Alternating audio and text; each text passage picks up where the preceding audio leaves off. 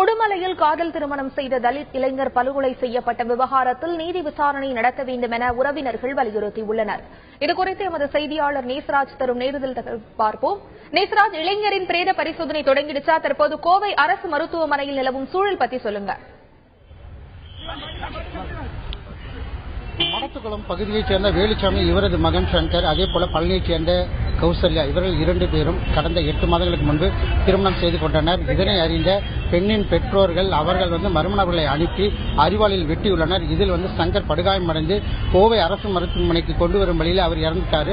கோவை அரசு மருத்துவமனையில் கௌசல்யாவுக்கு தீவிர சிகிச்சை பிரிவில் சிகிச்சை பெற்றுட்டு வர்றாங்க. குறிப்பாக நாம் தற்போது கோவை அரசு மருத்துவமனையில் நின்று கொண்டிருக்கிறோம். இங்கு சங்கருடைய உறவினர்கள் அவங்க என்ன சொல்றாங்கன்னா, இந்த பிரேத பரிசோதனை செய்வது இருந்தால் மர்ம நபர்களை உடனடியாக கைது செய்ய வேண்டும்.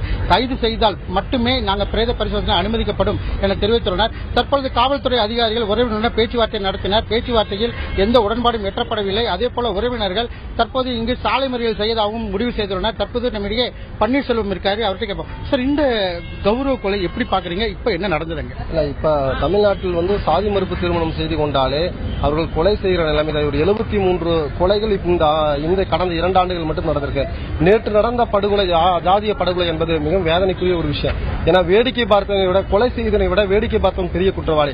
வேடிக்கை பார்த்தவனை விட வேடிக்கை பார்க்க தூண்டிய அரசு தான் பெரிய குற்றவாளி.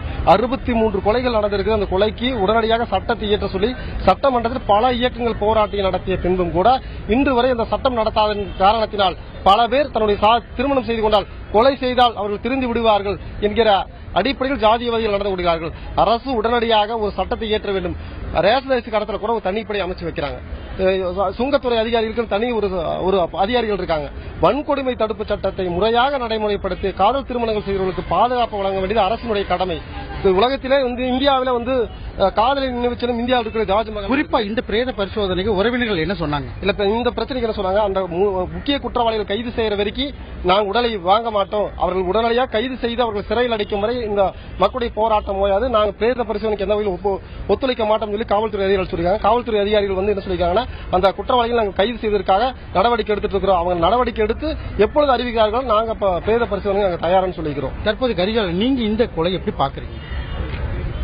இது வழக்கமாக தமிழ்நாட்டில் நடக்கக்கூடிய விஷயம்தான். ஆனால் இந்த அனைத்து இந்திய அண்ணா திராவிட முன்னேற்ற கழக ஆட்சியில் மிக கொடுமையாக நடந்து கொண்டிருக்கிறது. தமிழ்நாட்டிலே சட்டமன்றத்திலே ஆணவ கொலைகளை தடுப்பதற்காக ஒரு சட்டம் இயற்ற வேண்டும் என்று சொன்ன பொழுது அன்றைய தமிழக முதலமைச்சராக இருந்த ஓ பன்னீர்செல்வம் தமிழகத்தில் ஆணவ கொலைகள் நடக்கவில்லை, ஆகையால் ஒரு சட்டம் தேவையில்லை என்று சொன்னார். அதன் பிறகு 73 பேர் ஆணவ கொலை செய்யப்பட்டிருக்கிறார்கள். இதற்கு தமிழக அரசு என்ன சொல்ல போகிறது? இந்த 5 வருடங்களாக நடந்த கொலைகளை கணக்கெடுத்து அதற்கு தனியாக நீதி விசாரணை நடத்த வேண்டும் என்பதை எங்கள் தலைவர் எழுச்சி தமிழர் தொடர்ந்து வலியுறுத்திக் கொண்டே வருகிறார். அதை தமிழக அரசு முன்னின்று நிறைவேற்ற வேண்டும் என்று கேட்டுக்கொள்கிறோம். குறிப்பாக மத்திய மாநில அரசுகள் இந்த கௌரவ கொலைகளை தடுக்க தனி மசோதா அமைக்க வேண்டும் என்பதே இந்த பொதுமக்களின் கருத்தாக உள்ளது.